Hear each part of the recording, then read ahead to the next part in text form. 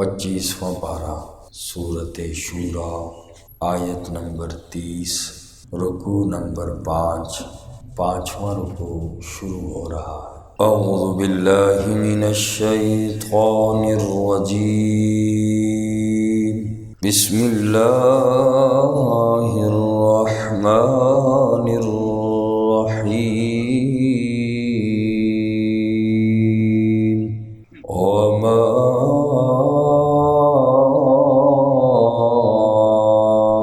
اصابکم اور جو پہنچی تمہیں من مصیبت کوئی بھی مصیبت فبما کسبت ایدیکم پس اس وجہ سے ہے جو کمایا تمہارے ہاتھوں نے وَيَعْفُو عَن کثیر اور وہ معاف کرتا ہے بہت ساری غلطیوں کو۔ اس سے پہلی آیات مبارکہ میں اللہ کریم نے اپنی قدرت کی نشانیوں کو بیان فرمایا، اور آج کی آیت مبارکہ میں اللہ کریم نے جو انسان کو پریشانیاں پہنچتی ہیں، بیماریاں، دکھ مصیبت پہنچتی ہے، اللہ نے اس کے بارے میں ایک بات سمجھائی۔ فرمایا دنیا میں کوئی بھی آدمی ایسا نہیں ہے جسے کوئی پریشانی مصیبت نہ آئی ہو۔ ایسا دنیا میں کوئی بھی نہیں ہے کہ جو آدمی کہے مجھے دنیا میں کوئی پریشانی نہیں ملی، کوئی مصیبت نہیں ملی، ایسا نہیں ہو سکتا۔ چاہے وہ امیر ہے، غریب ہے، مرد ہے، عورت ہے، بوڑھا ہے، جوان ہے، بچہ ہے، ہر ایک کو کوئی نہ کوئی مصیبت، پریشانی، بیماری ضرور آتی ہے۔ کوئی گھر کا فرد، کوئی گھر اس چیز سے خالی نہیں ہے، تکلیف سے، پریشانی سے۔ لیکن اس کی وجہ کیا ہے پریشانیوں کی؟ اس کا سبب، اس کی وجہ اکثر اپنی کوتاہیاں ہوتی ہیں، اکثر اپنے گناہ ہوتے ہیں، اور ہم مانیں یا نہ مانیں مصیبت، پریشانی، قرآن کہتا ہے وما اصابکم من مصیبت فبما کسبت ایدیکم، کہیں نہ کہیں کوئی گناہ اور کوئی کوتاہی ہوئی ہے جس کی وجہ سے ہمارے اوپر پریشانی آئی۔ انسان کا مزاج یہ ہے، آج اپنے اوپر مصیبت آتی ہے، پریشانی آتی ہے، کہتے کیا ہیں او جی آزمائش میں آ گئے، اللہ کی یاد میں آ گئے۔ اپنے لیے کتنا پیارا جملہ ہے۔ دوسرے بیچارہ کوئی پریشان ہو جائے، بیماری آ جائے، یہ ہے ہی ہے جائے گناہ گار ہے، پتہ نہیں کڑے گناہ دی پکڑ وچ آ گیا۔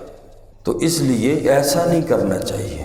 انبیاء علیہ السلام معصوم ہیں، اور نابالغ بچے ابھی مکلف نہیں ہوئے، اور ان کے گناہ نہیں ہوتے، بچوں کے بھی، اور انبیاء بھی معصوم ہوتے ہیں، لیکن تکلیفیں ان پر بھی آتی ہیں۔ حالانکہ نبیوں نے کوئی گناہ نہیں کیا ہوتا، نبی گناہوں سے بھی معصوم ہوتا ہے، صغیرہ گناہ ہو یا کبیرہ ہو، نبی سے کوئی گناہ نہیں ہوتا، اور بچہ بھی مکلف نہیں ہے، کوئی غلطی ہو بھی جائے تو اس کا شمار نہیں کیا جاتا۔ تو ان پر جو تکلیف آتی ہے، ان کی تکالیف اعمال کی وجہ سے نہیں آتی، نبیوں پر اور بچوں پر اعمال کی وجہ سے نہیں آتی۔ جیسے ہمارے اوپر پریشانی آتی ہے، ہمارے اعمال کا نتیجہ ہے۔ نبیوں پر اور بچوں پر جو پریشانی آتی ہیں، اس کی حقیقت اور حکمت کچھ اور ہے، جس کو حقیقی طور پر رب ہی جانتا ہے۔ بعض نے یہ لکھا ہے کہ انبیاء کے درجات کی بلندی ہوتی ہے، اور باقی ہمارے ہاں جو ہے ہمیں ہمارے اوپر جو پریشانی آتی ہے وہ ہمارے برے اعمال کا نتیجہ ہے۔ قرآن کریم میں دوسری جگہ فرمایا ظہر الفساد فی البر والبحر بما کسبت ایدی الناس، کہ خشکی اور تری میں فساد ظاہر ہو گیا۔ وجہ کیا ہے؟ کیوں فساد بنا؟ بما کسبت ایدی الناس، لوگوں کے ہاتھوں کی کمائی ہے، اعمال برے ہیں، گناہوں والی زندگی ہے۔ یہ تو اللہ کی مہربانی ہے۔ اللہ فرماتے ہیں وَيَعْفُو عَنْ كَثِيرٍ، میں ہر گناہ پر انسان کی پکڑ نہیں کرتا، میں تو زیادہ تر تمہاری غلطیوں کو ویسے ہی معاف کر دیتا ہوں۔ وَيَعْفُو عَنْ كَثِيرٍ، اور فرمایا اگر میں ہر گناہ پہ پکڑنا شروع کر دوں دنیا میں کوئی انسان زندہ نہ رہے۔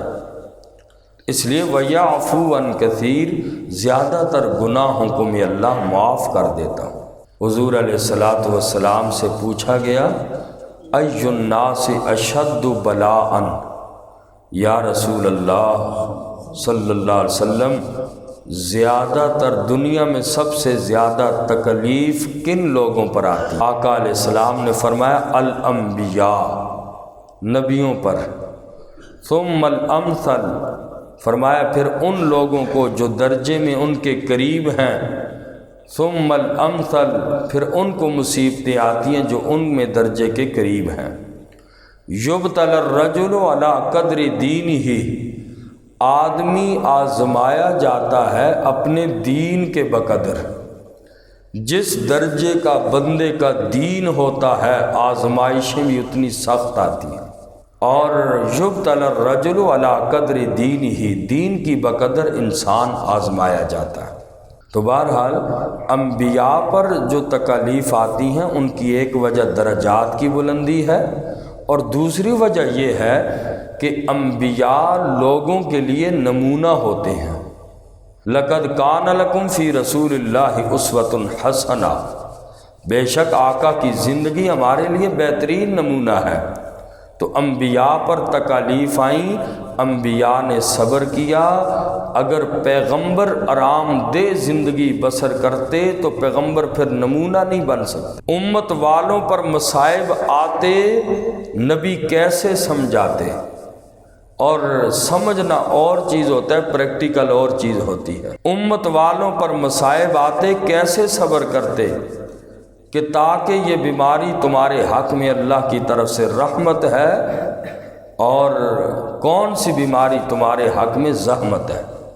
تو اس لیے نبیوں پر تکالیف اس لیے آتی ہیں، امت کو سبق دینا ہوتا ہے کہ بیماری پر نبیوں نے صبر کیا، لہٰذا امت بھی صبر کرے۔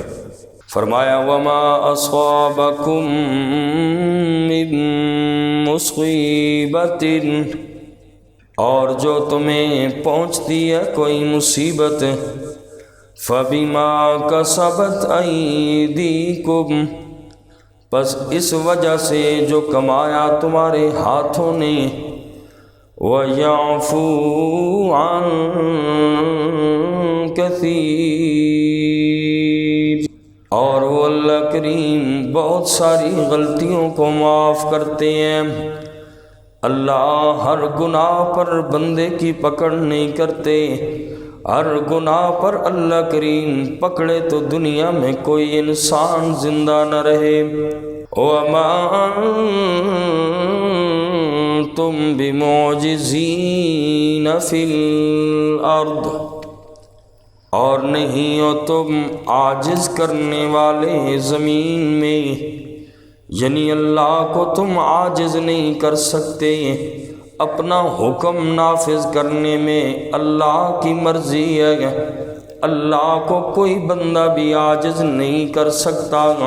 وہ اللہ جیسے فیصلہ کرے اللہ کے فیصلے پہ راضی رہنا چاہیے۔ وَمَا لَكُم مِّن دُونِ اللَّهِ، اور نہیں ہے تمہارے لیے اللہ کے علاوہ من ولی ولا نصیر، کوئی بھی حمایتی اور نہ ہی کوئی مددگار۔ وَمِنْ آیاتہ، اور اللہ کی نشانیوں میں سے ہے، اللہ کی قدرت کی نشانیوں میں سے ہے، الجوار فی البحر، کشتیاں سمندروں میں، کالأعلام،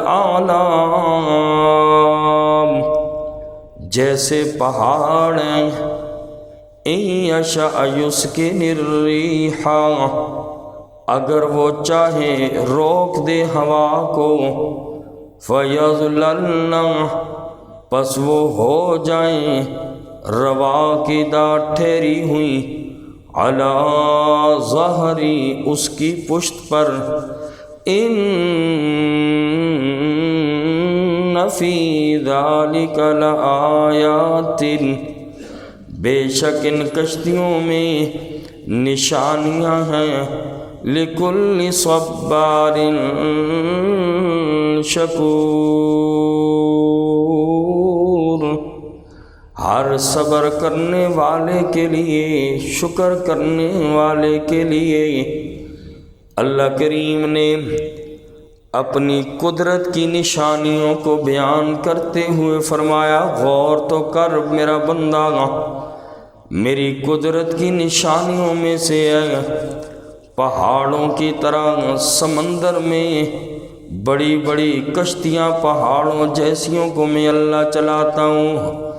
اتنی بڑی بڑی کشتیاں، حضرت نوح علیہ السلام کی جو کشتی تھی، 450 فٹ لمبی کشتی، 75 فٹ چوڑی کشتی اور 45 فٹ اونچی کشتی، آج تو بڑے بڑے جہاز ہیں، لاکھوں ٹن بھاری سامان اٹھا کر ہزاروں میل کا سفر کرتے ہیں۔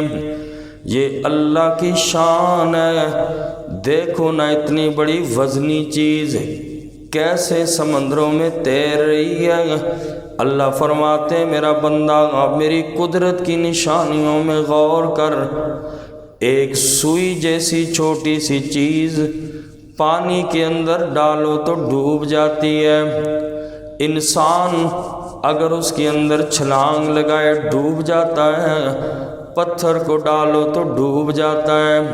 اللہ فرماتے میں اتنی بڑی بڑی کشتیوں کو، پہاڑوں جتنی کشتیاں، بڑے بڑے جہازوں کو میں اللہ کریم نے کیسے سمندروں میں چلا رہا ہوں۔ ان یشاء یسکن الرِّیحَ، فرمایا ان کشتیوں کے بارے میں اگر میں اللہ سمندر کے درمیان میں ان کو روک دوں، ہوا رک جائے۔ پہلے زمانے میں کشتیاں بادبانی کشتیاں ہوا کرتی تھیں، ہوا کے رخ پہ چلا کرتی تھیں۔ اللہ فرماتے میں اگر ہواؤں کو روک دوں، کشتی بھی درمیان میں ٹھہر جائے، فَيَظْلَلْنَ رَوَاقِدَ عَلَى ظَهْرِهِ، وہ بھی اسی طرح کھڑی رہ جائے۔ آج کل انجن میں خرابی آ جائے، طوفان آ جائے، کبھی آگ لگ جاتی ہے، دیکھو کون ہے بچانے والا؟ لوگوں غور تو کرو، ان فی ذالک لآیات، بے شک ان کشتیوں میں غور کرو تمہیں اللہ کی قدرت کی نشانیاں نظر آئیں گی۔ اور فرمایا ان چیزوں میں غور کرنے والا ہر بندہ نہیں ہے، لِكُلِّ صَبَّارٍ شَكُورٍ، ہر صبر کرنے والا شکر گزار بندے کے لیے نشانی ہے۔ اَوْ يُوبِقْهُنَّ، یا ہلاک کر دے ان کو، بما کسبوا، ان کی کمائی کی وجہ سے، وَيَعْفُ عَنْ كَثِيرٍ،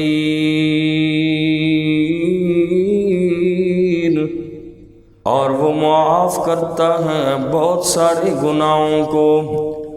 یہ آیت مبارکہ بھی پہلی آیت کا اعادہ ہے۔